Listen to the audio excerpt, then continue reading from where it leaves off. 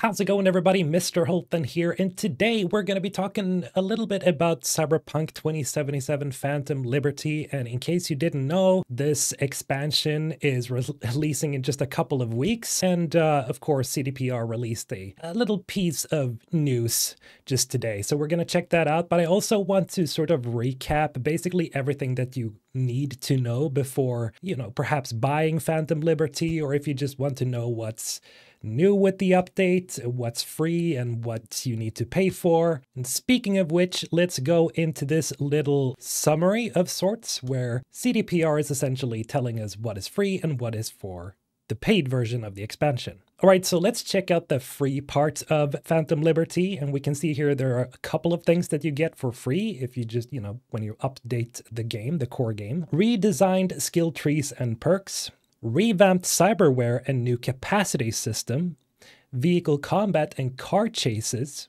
combat AI improvements, new police system, UI and UX improvements, loot items and crafting changes, and new radio stations, including community radio station Growl FM. Now, CDPR has already been talking about this for a while, that they're just overhauling the core Cyberpunk experience, which is super cool to see. I'm super excited for this expansion nonetheless, but even still, just getting all this free stuff next to the expansion, it's pretty huge, and you gotta appreciate the fact that CDPR is doing this for all players mostly, even if they don't get the expansion itself. And of course, we gotta check out what you get with the expansion itself when you buy it, and that is Dogtown, a dangerous new district that I've talked about in I think my last Cyberpunk video, where I broke down everything that we knew at the time.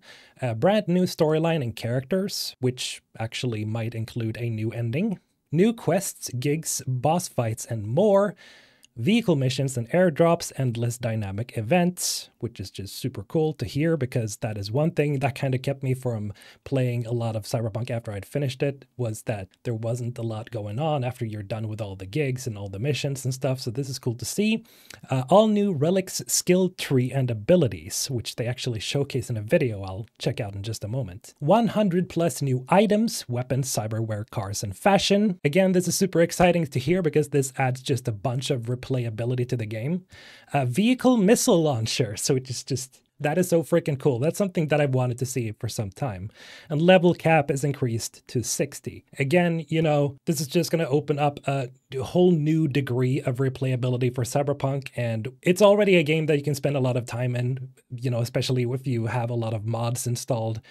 So all this is it just sounds incredible, and we've also heard from a couple of content creators that have actually tried Phantom Liberty, and according to at least one of them, the experience was absolutely incredible so far. So to say that I'm pretty excited about this is an understatement. And in case you didn't see this was a video that was put together by another content creator, I believe, who basically showcases all of the cool stuff that they've added, like some of the cool stuff. I just love this little clip here of this person just going completely Sonic mode.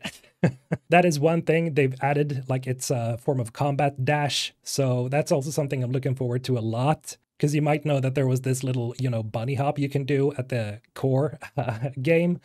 But this time there's an actual dash that you can perform. It's just brutal. Look at these kills.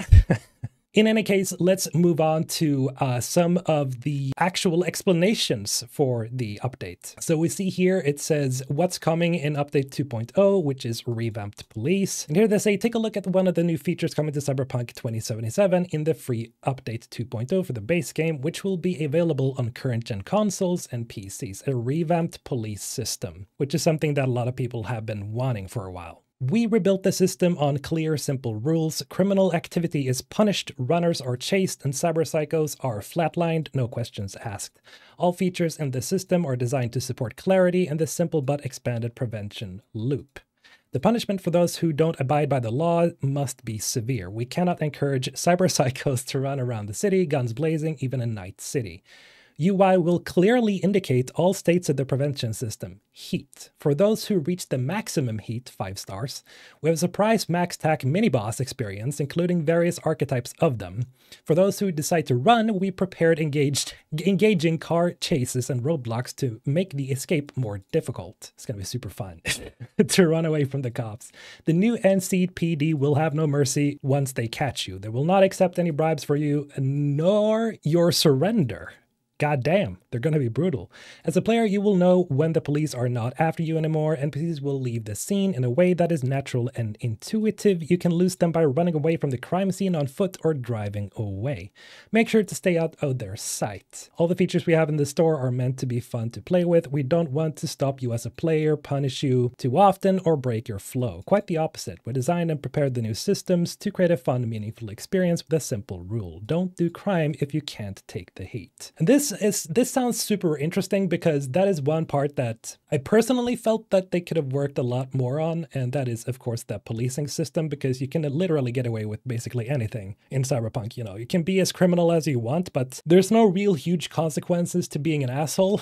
But this sounds incredible because this is going to open up a new way of playing the game. Looking forward to that. And then, of course, today's update, which brings us to the end here. What's coming in Update 2.0? Vehicle combat and car chases. Today, we're taking a look at another new feature coming to Cyberpunk 2077 base game as part of the free Update 2.0. Again, so this is free, which will be available for current gen consoles and PCs. Vehicle combat and car chases. There are, in fact, 3 new ways to take out enemies from the safety of your car, besides just running into them. Don't get us wrong, that's always an option, but make sure not to explode and flatline yourself.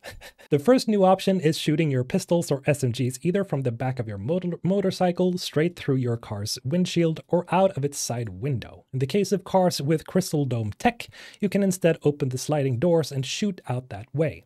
While on a bike, you can also now use melee weapons to attack enemies or even slice open the wheels of other cars. Which is just insane. The next option is using the brand new mounted weapons available on a certain Nomad cars that utilize the Crystal Dome tech. Those Gatling guns will make Swiss cheese out of anyone standing in your way. This is one of those things that I think they mentioned that they've been taking some inspiration from the James Bond movies, which is just awesome because you can also see that in one of the trailers for Phantom Liberty, that you're able to, you know, use this, the Gatling guns of the car just swerving around, like mauling everybody who stands in its way. It's just so cool. A more subtle approach to vehicle combat can be taken with the new car hacking abilities for netrunners, and by subtle we mean you can straight up explode other cars, make them slam the brakes or accelerate without stopping.